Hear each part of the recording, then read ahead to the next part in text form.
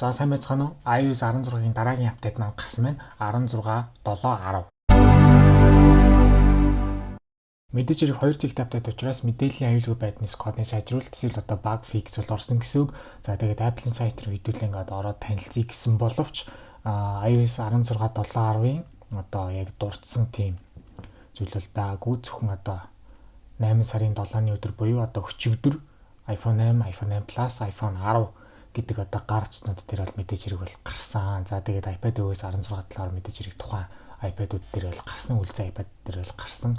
Тэгээд яг Apple-ийн зүгээс бол яг нарийн юу зассан талаарх бол дурдталтыг бол ямар ч байсан ингээд бол дурдаагүй. Хэдүүлээ iOS 4-ийн одоо түүхийг бол эргээд бол харцгаая. Тухайн систем нь бол одоо 14 жилийн өмнө бол гарч исэн. За тэгээд хэдүүлээ доошлуулад хараад явах юм бол мэдээж хэрэг 4-0-оос эхлээд явна. За тэгээд 4-1, 4-2, 4-3 гэдээ бол явж байгаа. За тэгэнгүүт одоо та нар харж байгаа энэ хэсгээр iPhone 4-ийн CDMA зөвхөн одоо модель дээр бол гарсан апдейт гэж байгаа. За тэгэнгүүт тэр зөвхөн загвар дээр гарсан апдейт нь iOS 4.2.10 хүртэл гарч байгаа гэсэн үг. Хоёр зэгтэй апдейт нь одоо 10 хүртэл явсан гэсэн үг. За тэгээд энэ нь бол 2011 оны 7 сарын 25-нд бол гарч ирсэн байна. Одоогоос 13 жилийн өмнөх одоо 100 бол ингээд гарч ирсэн байна. За тэгээд энэ удаагийн бидний iOS 16 үйлдвэрлэлийн систем хоёр зэгтэй апдейт нь 16.7.10 гээд яг рекордтойгоо бол ингээд тэнцэж байна. Тэгээд энэ рекорд эвдэгдэх үгүйг бол хэлж мэдэхгүй. Тэгээд 16.7.11 биш 16.8 гээд явахыг ч бас одоо үгүйсэхгүй. Тэгээд ямар ч байсан рекордтойгоо тэнцлээ одоо рекорд эвдэхгүй юу гэдгийг дараагийн 1-2 сарын хугацаанд бол одоо тодорхойлно. Тэгээд хэрэв та нар санаж ивэл өнгөрсөн одоо iOS 10 одоо өмнөх үйлдвэрлэлийн систем iOS 15-ийн үед бас 9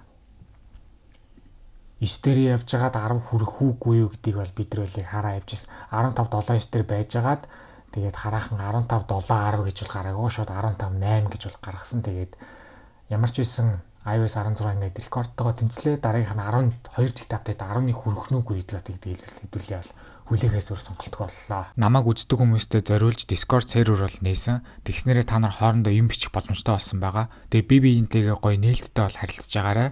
Тэгээ Discord маань нэгдэхийг хүсвэл description хэсэг дээр линкийг нь тавьсан байгаа. YouTube сувг маань membershipтэй болсон. Тиймээс намайг үзэж дэмждэг хүмүүс өөрсдийн сонголтоор member болж намайг дэмжих боломжтой болсон байгаа. iPhone SE 4 дэх үеийн энэхүү iPhone SE-ийн талаар мэдээлэлүүд бол мэдээж хангалттай гараад ирсэн. Ягаад тэгэхээр гарах цаг нь дөгснөг бол мэдээж илэрхийлж байгаа. За тэгээд сайтн дээрээс хэдүүлээ холбоотой мэдээллүүдийг хараа явах юм бол за мэдээж яг одоогийн байгаа 3 дахь үеийн iPhone SE болох миний барьж байгаа утас бол надад дизайны хувьд, дэлгэсний хувьд мэдээж хэрэг 4.7 инчтэй. За тэгээд загвар нь iPhone 8-тайгаа адилхан байгаа. За тэгэнгүүт дараагийн маань iPhone SE энэ загвараасаа одоо халагдаад энгийн iPhone 14-тэй бол адилхан болоод одоо Touch ID маань байхгүй болоод хамгийн сүүлийн Touch ID дэмжсэн яг HomePod-ын дээрх дэмжигдсэн сүүлчийн iPhone бол одоо ингээд 3 дахь үеийн iPhone SE бол үлдчих байх шиг байна. За тэгээд Touch ID гэхдээ цаашдаа гарахгүй гэсэн үг бол биш.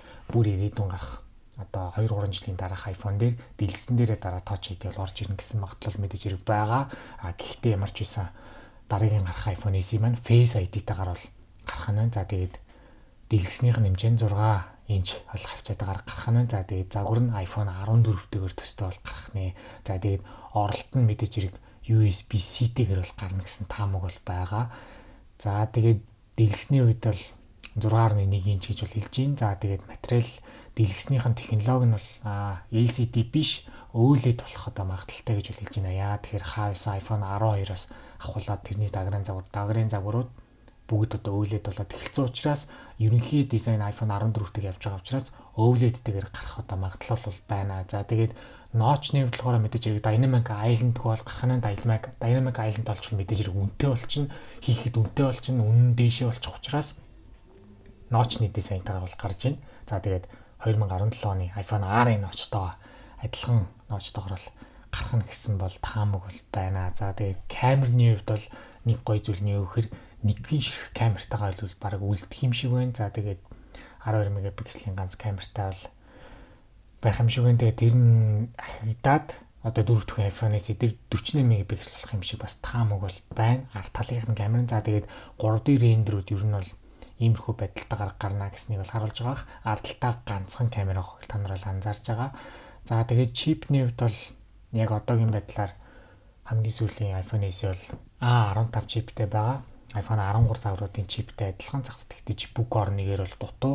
За тэгээ ямар ч байсан дараагийн гарах iPhone SE 4 сүүлийн үеийн чип бол авах нь бол тодорхой.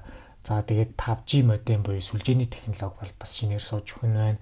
За тэгээд мА батарейны хувьд болохоор 3279 төгөөр бол ингээ гарах магадлал бас байна. За тэгээд үнийн хувьд мэдээж хэрэг SE-ийн гол онцлог бол мэдээж хэрэг гайгүй сүүлийн үеийн технологиг авчирж байгаа ч гэсэн үнийн хувьд бол хямдхан бол гарах нь бол гол зорилго нь байдаг. За тэгээд ойролцоогоор $429 эхлэх бололтой гэж байна. За тэгээ гол зорилго нь бол $500 доош байх нь бол гол зорилго нь. За тэгээ хизээ гарах вэ гэдэг таамаг бол нэлээд нэг жил 2 жил бол явлаа. Тэгээд ямар ч байсан 25 оны эхээр бол гарах магадлал бол байна гэж байна. За тэгээд сайтны хувьд дээрээс ингээ гүйлгээ харах юм бол ийм мэдээнүүд бол байна. Дөрөвдүгээр iPhone SE-ийн яг ерөнхий 3D рендертэй дизайнууд бол интернетээр бол дүүрэн байгаа. За тэгээд та нарт сонирхуулах үүднээс ингээ ямар ч сан гүйлгээд бол харуулчих. Тэгээд зарим нэг нь бол аягүй сонир дизайн харагдчихсан. За тэгээд ерөнхий адилхан байгаа нь бол нүдэнд тусч байгаа яг гол зүйл нь болохоор талынх нь нэг камер нь бол үнэхээр бас том бол харагдаж байгаа. За тэгээд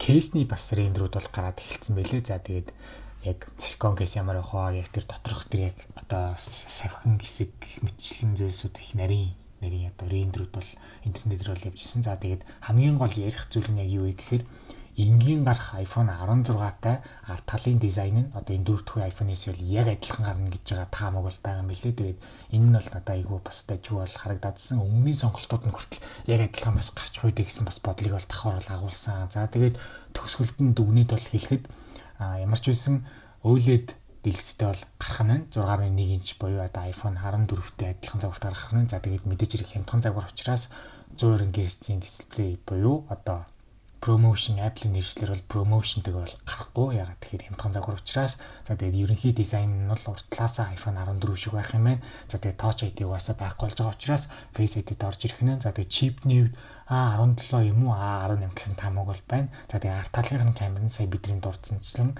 48 мегапикселтэй бол гарах юм байна. За тэгээд 5G сүлжээг бол дэмжих нь байна.